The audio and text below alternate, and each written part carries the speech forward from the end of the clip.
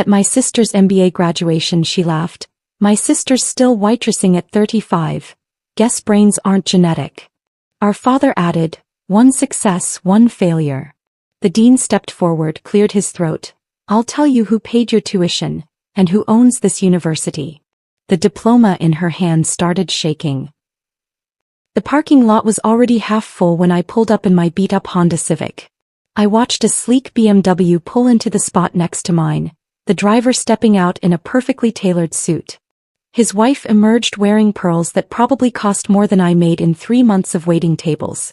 They walked toward the university entrance with that confident stride that screamed success. I smoothed down my department store dress and grabbed the small gift bag from my passenger seat. Inside was a silver pen engraved with Emily's initials. Nothing fancy, but it had taken me 2 weeks of extra shifts to afford it. The irony wasn't lost on me that I was celebrating my sister's achievement in business school while I couldn't even afford to go back to school myself. The auditorium buzzed with excitement as families claimed their seats. I chose the second row, close enough to show support but far enough back to avoid the spotlight. Around me, parents clutched programs and adjusted their cameras. A woman beside me was already tearing up, and the ceremony hadn't even started. My daughter's the first in our family to get an MBA, she whispered to her husband. I'm so proud I could burst. I nodded politely, wondering what that kind of unconditional pride felt like. My own father had arrived 10 minutes after me, scanning the room before settling 2 seats away. He acknowledged me with a brief nod, the same greeting he might give a distant acquaintance. Didn't think you'd make it, he said, not quite looking at me. Figured you'd have to work. I requested the day off weeks ago. I kept my voice steady. No point in explaining that I'd actually switched shifts with 3 different coworkers to be here. He grunted and turned his attention to his phone. The empty seat between us felt like a canyon. I remembered Emily's high school graduation, how he'd saved the seat next to him for me, how we'd cheered together when her name was called. That was before my life had taken what he considered the wrong turn. The processional music began and graduates filed in wearing their caps and gowns. Emily looked radiant in her navy blue regalia, her blonde hair perfectly styled beneath her cap. She'd always been the golden child, straight A's, student council president, homecoming queen. The trajectory from high school success to MBA had been as predictable as sunrise. She spotted me almost immediately, and that familiar smirk spread across her face. It was the same expression she'd worn when she'd gotten into her dream college while I'd dropped out to care for our sick mother. The same look when she'd landed her internship at a prestigious firm while I'd been promoted to head waitress at Mel's Diner. Emily whispered something to the graduate next to her, who glanced in my direction and stifled a laugh. My cheeks burned, but I'd learned long ago not to react. Giving Emily a response was like feeding a stray cat. It only encouraged her to come back for more. The dean stepped up to the podium, his voice carrying easily across the packed auditorium. Welcome, families and friends, to this celebration of academic excellence and dedication. The crowd settled into respectful silence. I watched the ceremony unfold with mixed emotions. Part of me was genuinely proud of Emily's accomplishment. Getting an MBA was no small feat, and despite our complicated relationship, she was still my sister. But another part of me couldn't shake the feeling that this moment would somehow be used against me later. As names were called alphabetically, I found myself studying the other families. The couple next to me held hands tightly, both beaming with joy. Behind me, grandparents had traveled from out of state, clutching tissues and whispering about how smart their granddaughter was. Everyone seemed to belong here except me. When Emily's name was announced, she walked across the stage with practiced grace. The dean shook her hand warmly, and she posed for photos with the same confidence she'd always possessed. I clapped enthusiastically, even raising my hands higher so she could see my support from the audience. But Emily's eyes found mine and held them for just a moment too long. There was something calculating in her gaze, like she was already planning her next move in whatever game we'd been playing since childhood. Dad pulled out his phone to record the moment, his face finally showing some animation.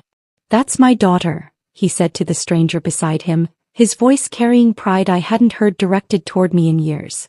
The ceremony continued, but I barely heard the remaining names. Something was building in the air, a tension I couldn't quite identify. Emily kept glancing in my direction during the dean's closing remarks, and each time she did, that smirk grew wider. As the graduates threw their caps in celebration, I felt a chill run down my spine. The day wasn't over yet, and somehow I knew Emily wasn't finished with her performance. She'd always been theatrical, always loved an audience. And today she had the biggest stage of her life. I clutched the gift bag tighter, wondering if I should have stayed home. The reception area buzzed with congratulations and camera flashes as families gathered around their graduates. I hung back near the refreshment table, watching Emily work the room like a politician. She moved from group to group, accepting praise and posing for photos, her diploma clutched proudly in her manicured hands. "Ladies and gentlemen," the dean's voice crackled through the sound system. "We'd like to invite a few of our distinguished graduates to share their thoughts about their journey here." Emily's eyes lit up.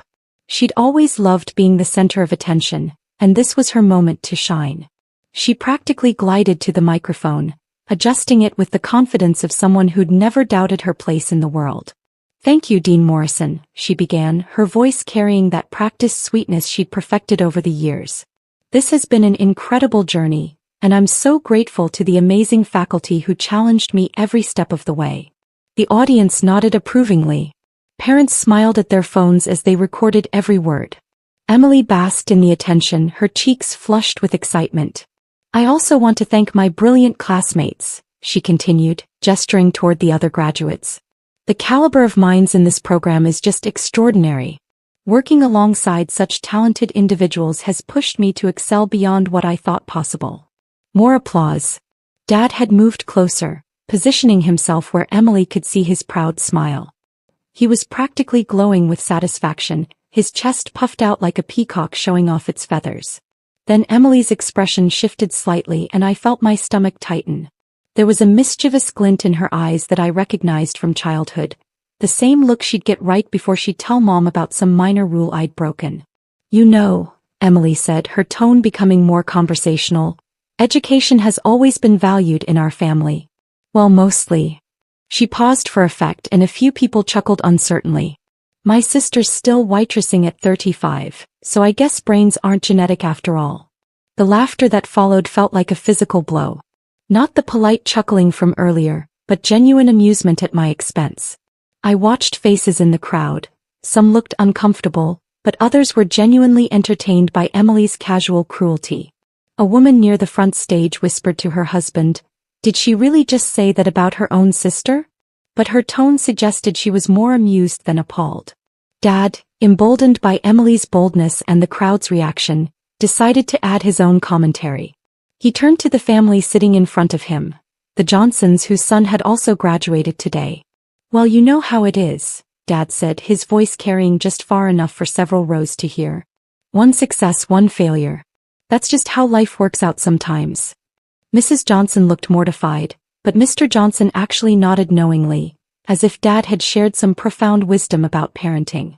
My face burned with humiliation, but I forced myself to remain perfectly still. Years of Emily's barbs had taught me that any reaction would only fuel the fire. The worse I felt, the more satisfied she became. So I kept my expression neutral, my hands folded calmly in my lap, my eyes fixed on Dean Morrison. But inside something crystallized. For years I'd absorbed their casual cruelty, their dismissive comments, their assumption that my life was somehow less valuable than theirs. I told myself it didn't matter, that their opinions couldn't hurt me anymore. I was wrong. It did hurt. But more than that, it ignited something I'd been keeping carefully controlled. Emily continued her speech, talking about leadership and innovation and seizing opportunities. She spoke about the importance of education in opening doors and creating possibilities. The irony was thick enough to cut with a knife. "I'm excited to take everything I've learned here and apply it in the real world," she concluded. "Thank you again for this incredible opportunity." More applause. Emily practically floated back to her spot among the other graduates, high-fiving classmates and soaking up their congratulations. Dad was beaming like he'd personally earned the MBA himself. I watched Emily pose for more photos, her diploma held high like a trophy. She looked so certain of her superiority, so confident in her place above me in the family hierarchy. The golden child with the advanced degree, while her older sister scraped by serving coffee and burgers to pay rent. Dean Morrison returned to the microphone to make closing remarks about the ceremony, but I barely heard him. My mind was racing, calculating, remembering conversations from board meetings they'd never know I'd attended. Reviewing financial documents they'd never seen. Considering the delicious irony of their complete ignorance. Emily had no idea that every scholarship check she'd received had my signature on the authorization. Dad didn't know that his failure of a daughter had personally approved his precious golden child's admission to this very program. They wanted to perform for this crowd? They wanted to paint me as the family disappointment while they took their bows? Perfect. Let them have their moment in the spotlight. Because what they didn't realize was that this wasn't Emily's stage at all. It was mine. I'd built it, funded it, and controlled every aspect of it. They were just actors who didn't know they were following a script I'd written. The reception began winding down, but I didn't move from my spot. I was exactly where I needed to be, watching them celebrate their perceived victory while sitting in the shadow of the empire they'd never suspected I'd built around them. Emily caught my eye across the room and gave me that same smirk, probably thinking she'd delivered the perfect final blow to her disappointing older sister. She had no idea what was coming next. I slipped out of the reception early, claiming I needed to get back to work for the dinner shift. Dad barely acknowledged my goodbye, too busy networking with other parents about their children's accomplishments. Emily was surrounded by admirers, so I didn't even attempt to interrupt her moment of glory. Walking to my car, I pulled out my phone and scrolled to a familiar contact. Dean Morrison? This is me. How did the ceremony go from your perspective? I kept my voice low, glancing around the parking lot to make sure no one could overhear. Beautifully executed as always. His voice came through clearly. Though I must say your sister's comments were rather pointed. I laughed softly. She has no idea who she was really talking about, does she? None whatsoever. Are you still planning to move forward with tomorrow's revelation? More than ever, I said, climbing into my Honda. I'll see you at 8 a.m. sharp for the final preparations. The drive home took me past the factory where David had worked for 12 years. The memorial garden we'd built after the accident was blooming with spring flowers now, a small plaque bearing his name among the 17 others who'd lost their lives that day. The wrongful termination lawsuit had taken 3 years to settle, but when it finally came through, the amount had been staggering. Everyone assumed I'd used the money to pay off David's medical bills and maybe put a little aside for emergencies. What they didn't know was that David had been incredibly insurance savvy. His life insurance, the settlement, and our savings had given me nearly $2 million to work with. While I grieved my husband, I'd also been studying financial reports late into the night. The local university had been struggling for years. Declining enrollment, aging facilities, a reputation that was slowly crumbling. The board of trustees was desperate for an investor, someone willing to take risks that traditional donors wouldn't consider. I'd started small, attending public budget meetings under the guise of a concerned community member. Nobody questioned the quiet woman in the back row taking notes. I learned about their debt structure, their failed marketing campaigns, their inability to attract quality faculty because of budget constraints. The first meeting with the board had been terrifying. I'd worn my best dress, the same one I'd worn to David's funeral, and carried a briefcase I'd bought specifically for the occasion. My hands had shaken as I'd presented my proposal to purchase controlling interest through a private foundation. Mrs. Henderson, the board chair had said, studying my financial documents with barely concealed surprise. This is quite generous, but we need to understand your motivations. What exactly do you hope to gain from this investment? I'd practiced the answer countless times. My late husband believed education was the key to breaking cycles of poverty. I want to honor his memory by ensuring this institution can serve students who might not otherwise have opportunities for higher education. They'd bought it completely. The Clare Foundation, named after David's middle name, which I'd never mentioned to anyone in my family, became the university's primary private benefactor within 6 months. The real work had begun after the paperwork was signed. I'd spent my days waitressing and my evenings poring over academic journals, researching successful university turnaround strategies. I'd flown to conferences during my vacations, networking with education consultants and innovative administrators. Within the first year, we'd recruited Dr. Patricia Hernandez from Stanford to head our new sustainable business program. I'd personally courted her during a 3-hour dinner meeting in San Francisco, convincing her that our small university could become a model for rural education excellence. The scholarship program had been my favorite project. Every application crossed my desk for final approval, including one that had made me smile wider than I had in years. Emily's application had been marginally qualified at best. Good grades but nothing exceptional. Her essay about overcoming challenges through family support had been particularly ironic. I'd approved it anyway, curious to see if proximity to genuine academic excellence might humble her. Instead, she'd thrived in the environment I'd created, never once questioning how a struggling university had suddenly acquired world-class resources. The late-night strategy sessions with Dean Morrison had become a highlight of my weeks. I'd change out of my uniform in the restaurant bathroom, drive to his office and spend hours discussing curriculum development and faculty recruitment. He'd been initially skeptical of taking direction from someone without formal business education, but my results had quickly earned his respect. "You have an intuitive understanding of institutional dynamics," he told me after our first successful accreditation review. "Have you ever considered pursuing formal education yourself?" I'd laughed at the suggestion. "I prefer working behind the scenes." By year 3, our enrollment had doubled. We'd established partnerships with major corporations for internship programs. Our graduation rate had jumped from 62% to 89%. Education journals were writing articles about our miraculous transformation, though they attributed it to innovative leadership and community support. The hardest part had been maintaining my double life. Some mornings I'd go straight from board meetings to opening shifts at the diner, my mind still buzzing with budget projections while I poured coffee for truckers and retirees.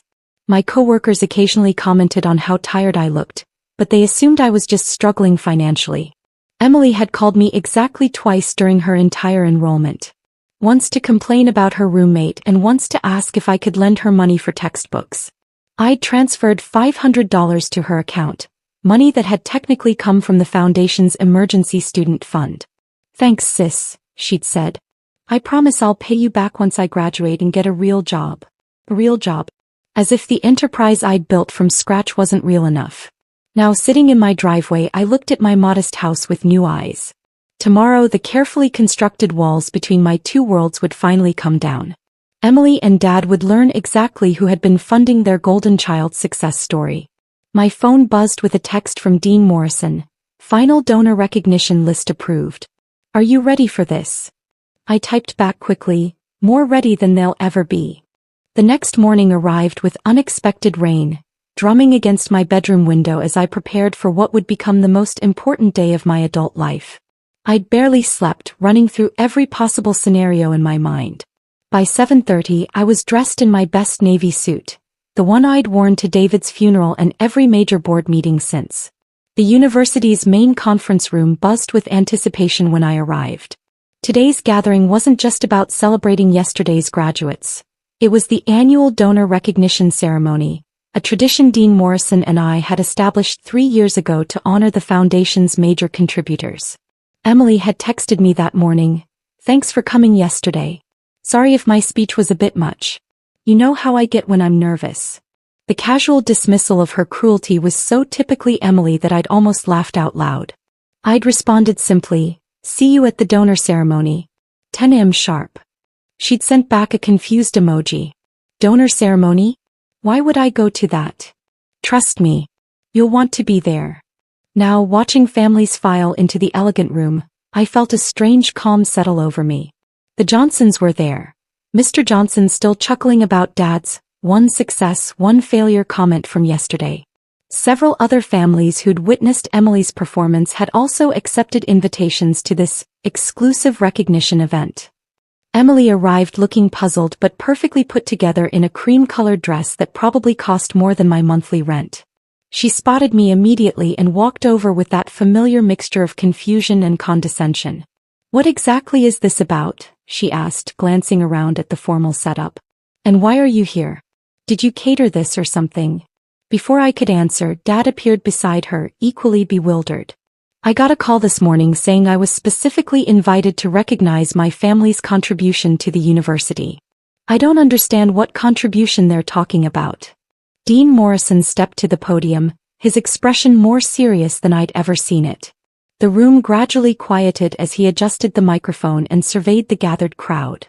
"Ladies and gentlemen, Thank you for joining us today for a very special recognition ceremony. Yesterday's graduation was a celebration of individual achievement, but today we honor the generosity that makes such achievements possible. Emily shifted beside me, clearly uncomfortable with the formal atmosphere. Several of her classmates had also been invited, including the ones who'd laughed loudest at her jokes about my career choices. The past 4 years have witnessed an unprecedented transformation of this institution, Dean Morrison continued. Through the vision and commitment of a single benefactor, we've gone from struggling to survive to becoming a model of educational excellence. Murmurs rippled through the audience. Parents exchanged glances, probably wondering which wealthy philanthropist had been secretly supporting their children's education. This transformation wasn't accomplished through traditional means. Our primary benefactor chose to work anonymously, through a private foundation, asking for no recognition and accepting no public praise. His eyes found mine across the room. Until today.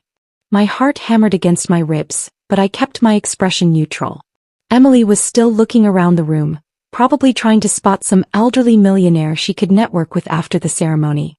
The Clare Foundation has contributed over $3.2 million to this university, Dean Morrison announced, and the room erupted in surprised whispers.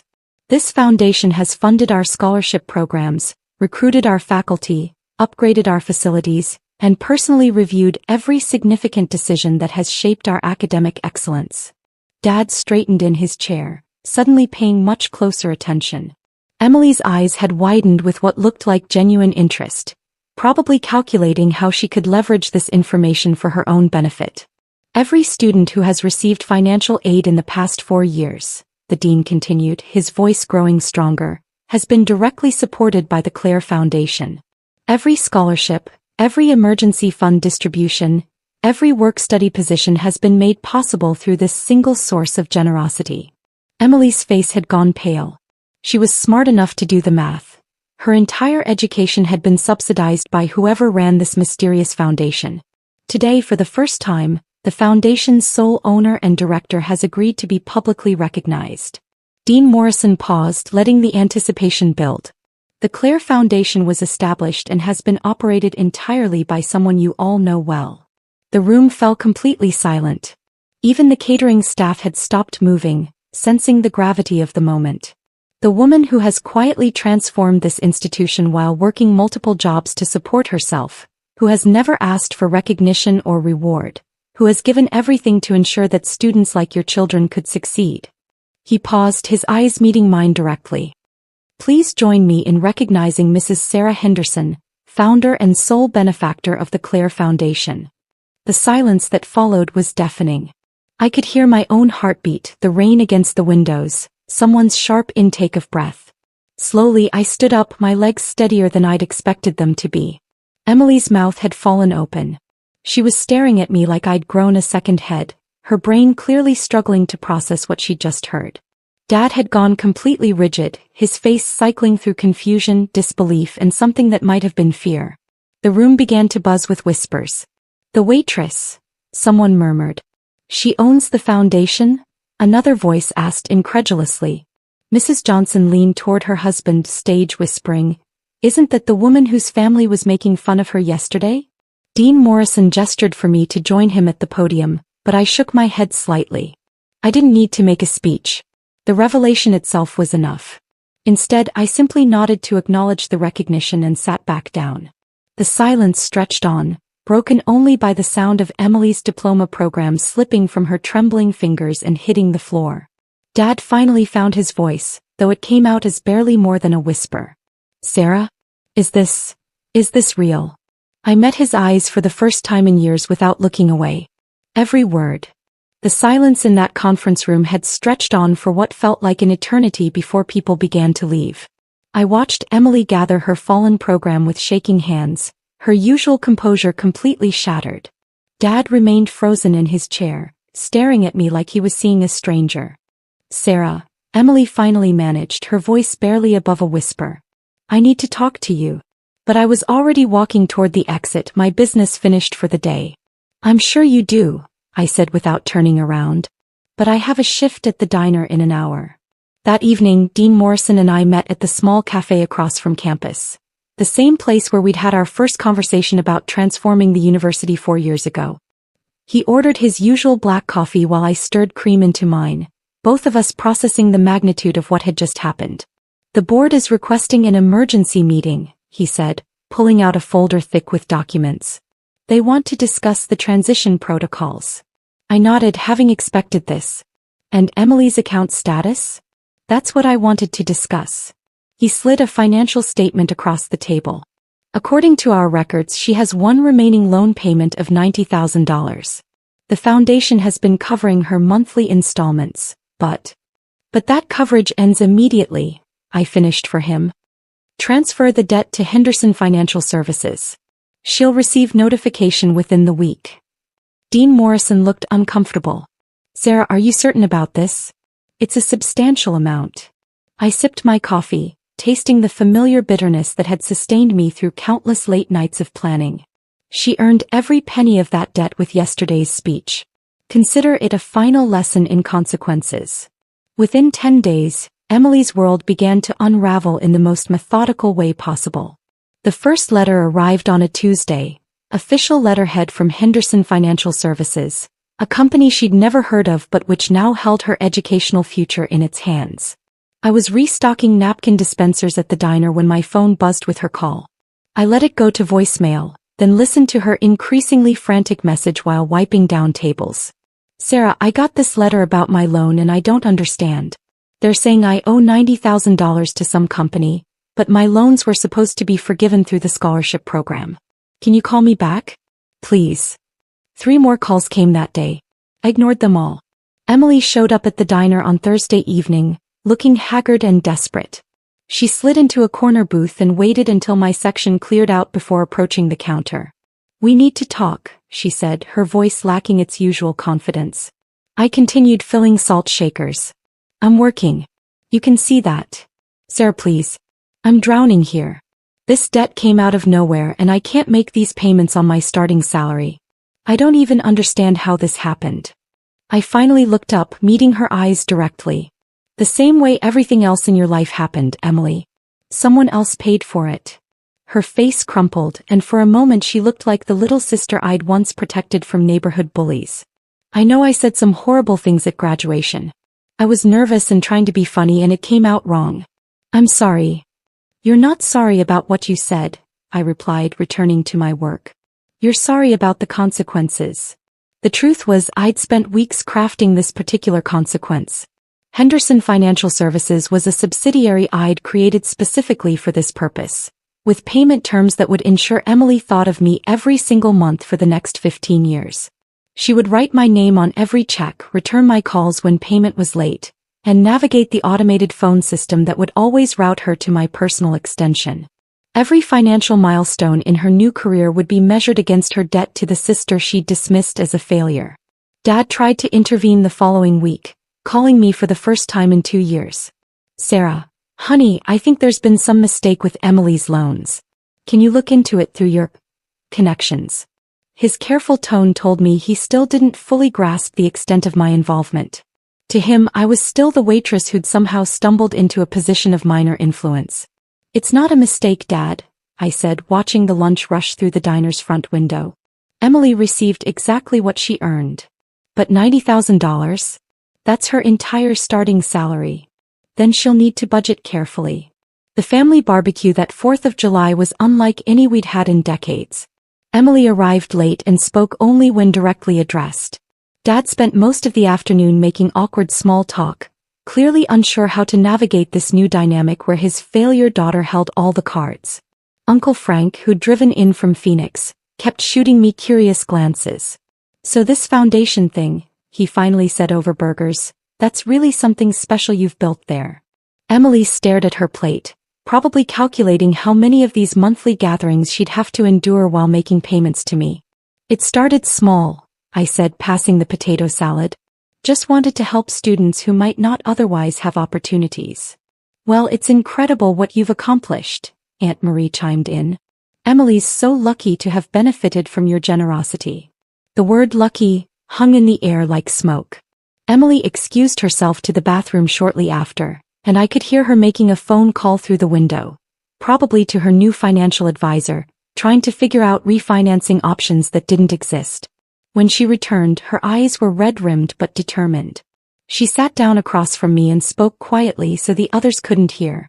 "I know you hate me right now and I probably deserve it. But I need you to know that I'm going to pay every penny of this debt. I won't ask you to forgive it or reduce it. I'll work extra jobs if I have to." For the first time since this whole situation began, I felt something other than satisfaction. Maybe it was respect or maybe just surprise at her maturity. "Good," I said simply. "That's exactly what I hoped you'd say." As the evening wound down, I realized something had fundamentally shifted in our family dynamic. Emily no longer dominated conversations or made casual jokes at others' expense. Dad asked thoughtful questions about my work instead of making assumptions about my intelligence. For the first time in my adult life, I wasn't the family disappointment. I was the family mystery, the quiet sister who'd built an empire while they weren't paying attention. Driving home that night, I felt something I hadn't experienced since David's death: peace. Not the bitter satisfaction of revenge, but the deeper contentment that comes from being truly seen and respected for who you really are. The monthly payment reminders would continue, but they weren't really about the money anymore. They were about remembering that everyone deserves dignity, and that underestimating people can be the most expensive mistake you'll ever make. Sometimes the people we underestimate hold the greatest power. Sarah's quiet strength reminds us that everyone deserves respect and dignity. What was your favorite moment in this incredible journey of hidden strength and family transformation? Share your thoughts in the comments below, and if this story moved you, please like and subscribe for more inspiring tales that touch the heart.